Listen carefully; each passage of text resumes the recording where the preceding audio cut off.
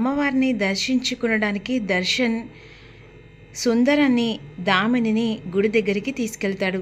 ఈలోపు శరణ్య దర్శన్తో కలిసి గుడి దగ్గరికి వెళ్తుంది.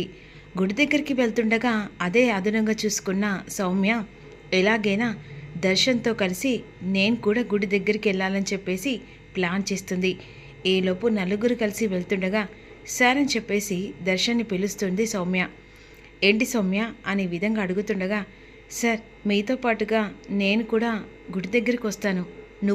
నువ్వెందుకు అంటే, అదేం లేదు సార్, మీరు కూడా వెళ్తున్నారు కదా, నేను కూడా అమ్మవారిని దర్శించుకున్నట్టు అవుతుంది కదా, అందుకే మీతోనే వస్తున్నా అని చెప్పేసి అంటున్నాను. చెప్పండి మేడం, నేను రావాలా అనే విధంగా అంటుండగా, తెలిసే నువ్వు ఎందుకు వస్తున్నావో నాకు బాగా తెలుసు. అయినా ఆ అమ్మవారి సన్నిధంలో నీలాంటిది అడుగు పెట్టినా ఏదో రూపంలో అమ్మవారు నీలాంటి దాన్ని శిక్ష విధిస్తూనే ఉంటారే. పర్లేదండి, సౌమ్యను మనతో పాటుగా గుడికి రమ్మని చెప్పండి అనే విధంగా శరణ్య అంటుంది. అందరూ కలిసి గుడి దగ్గరికి వెళ్తారు.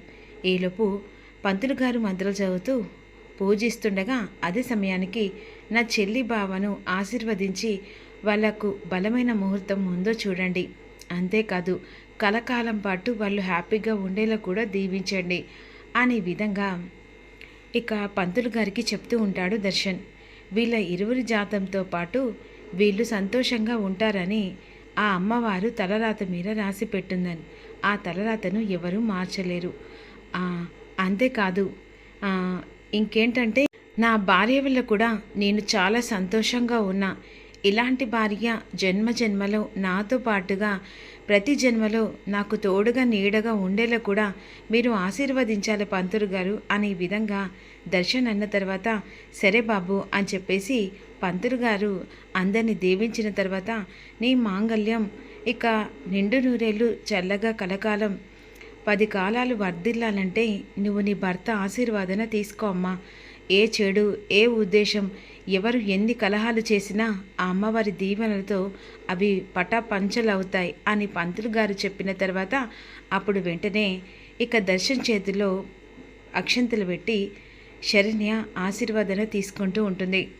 అప్పుడు వెంటనే నువ్వు సంతోషంగా ఉండి నన్ను సంతోషంగా పెట్టి ఇక నిండు నూరేళ్ళు మనం ఎప్పటికీ ఇలాగే కలకాలం ఇక జన్మలకు భార్య భర్తలుగా ఉండేలా ఆ అమ్మవారు మనని దీవించాలి అని అన్న తర్వాత ఈలోపు ఇక దీవెనలు అయిపోతాయి.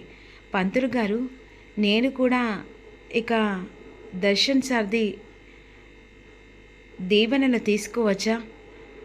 ఎందుకమ్మా, అయినా మీకు పెళ్ళి కాలేదు కదా.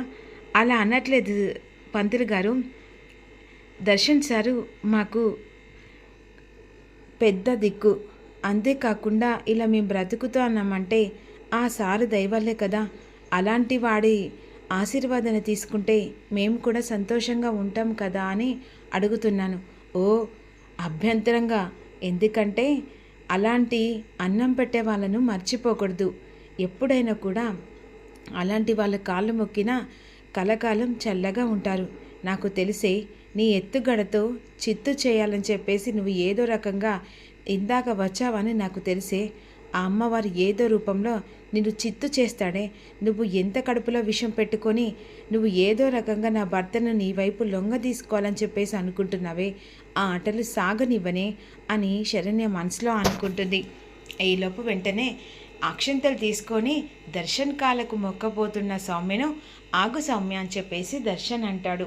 అయినా నువ్వు నా కాళ్ళు మొక్కడం ఏంటి? నీవు నా కాళ్ళు కాదు మొక్కేది, ఇక్కడ ఎండీలో ఉన్న నా భార్య కాళ్ళు. శరణ్య తనే కదా అందరికీ జీతాలు ఇస్తూ అందరికీ బాస్లా ఉండేది. నేనెందుకు అవుతాను? నేను కూడా తన కింద వర్కర్నే కదా. అలాంటప్పుడు నేను కాదు తన ఆశీర్వాదం తీసుకుంటే నువ్వు కలకాలం చల్లగా ఉంటావు. ఏమంటావు శరణ్య? అవునండి, మీరు ఎలా చెప్తే అలా. ఇలాంటి వాళ్ళను దీవిస్తేనే కదా కుక్క కటుకు చెప్పు దెబ్బలాగా ప్రతి ఒక్కటి ఇలా అమ్మవారు తోడుగా ఉండి ఇలాంటి వాళ్ళకు బుద్ధొచ్చేలా చేస్తుంది. ఇక ఆలస్యం ఎందుకు సౌమ్య? వెంటనే మా శరణ్య కాళ్ళు మొక్కి ఆశీర్వాదన తీసుకో. తన కాళ్ళు తాకుతేనే ఇక ఏకంగా అమ్మవారి గంగ నీళ్ళు తాకినట్టు అవుతుంది. నాలాంటి భార్య కాళ్ళు తాకడం నీ అదృష్టం అని అంటుండగా ఇక వెంటనే చచ్చినట్టుగా ఈలోపు శరణ్య చేతుల్లో అక్షింతలు పెట్టి దర్శన్ సౌమ్యను ఆశీర్వదించమని కాళ్ళు పట్టుకునేలా చేస్తాడు. అప్పుడు వెంటనే ఏం చూస్తున్నావు, ముక్కు కాలు ఆశీర్వదిస్తాను అని విధంగా శరణ్య అంటుంది. తప్పుద్దా అన్నట్టుగా వెంటనే కాళ్ళు మొక్కి పాపాలు చేసేదానివి పుణ్యాల లోకంలోకి వెళ్తానని చెప్పేసి అనుకోవడం భ్రమ. ఇక నుంచి పాపం మూట కట్టుకోకుండా, ఇక కాపురంలో చిచ్చు పెట్టకుండా నీలాంటి దాన్ని చీడ పురుగులాగా కాళ్ళ కింద తొక్కేలా ఆ అమ్మవారిని కోరుకో అనే విధంగా ఆశీర్వదిస్తూ ఉంటుంది. ఇక వెంటనే కోపంతో సౌమ్య లేస్తుంది. చెప్తానే, నీ సంగతి చెప్తాను అన్నట్టుగా చూస్తూ ఉంటుంది. ఏలోపు అమ్మో టైం అవుతుంది, ఈ టైంలో వెళ్ళకపోతే నా ప్రాణాలు తీసి ఏకంగా ఊరికమ్మం. బావగారు ఇక నేను బయలుదేరుతాను. అదేంటి బావగారు, ఇంటి దాకా వచ్చి ఆ తర్వాత మా చెల్లిని డ్రాప్ చేసి వెళ్ళొచ్చు కదా, మీటింగ్లకు టైం అవుతూ ఉండదు. ఇప్పుడు మీటింగులు వెళ్ళపోతే ఇక చాలా బిజినెస్లు లాస్ అవ్వలో ఉన్నది. సర్లే వెళ్ళనివన్నయ్య, తనకి ఇందాక వచ్చాడంటే చాలా సంతోషం. అమ్మవారి ఆశీర్వాదాన్ని కూడా తీసుకున్నాం కదా, ఇక వెళ్ళని అని చెప్పేసి దామిని అంటుంది. సరే సరే సుందరం, ఇక బయలుదేరు అని అన్న తర్వాత అక్కడి నుంచి అమ్మయ్య ఎలకల పడ్డ బోన్లో పడ్డ ఎలకలా అయిపోయింది పరిస్థితి.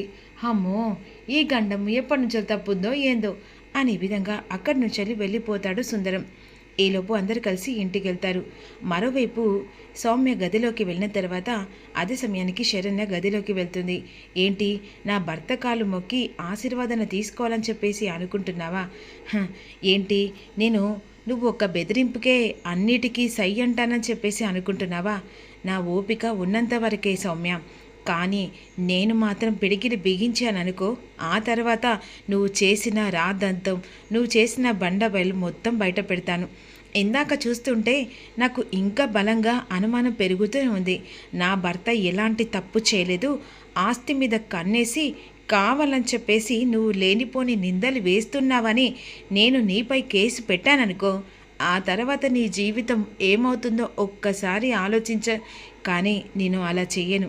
నా కుటుంబం పరువు ముఖ్యం. అయినా నేను ఓపికతో ఉన్నానంటే అది నేను చాతగానిలాగా కాదు. సహనంతో ఉన్నానంటే అది నా కుటుంబం బలహీనత.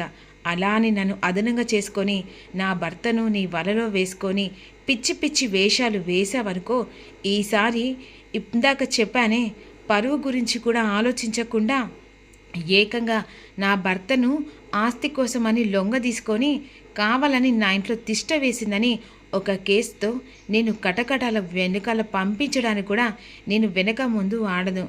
అయినా నీలాంటి దాన్ని ఇందాక ఓపికతో ఇంట్లో ఉండనిచ్చానంటే దాని కారణం నిజం బయటపడేంత వరకు. మరుక్షణం నిజం బయటపడ్డ తర్వాత ఆ క్షణం నీవు నా చేతిలో చచ్చినట్టే. కౌంట్ డౌన్ స్టార్ట్ చేసుకో అని ఇక శరణ్య వార్నింగ్ ఇస్తుంది.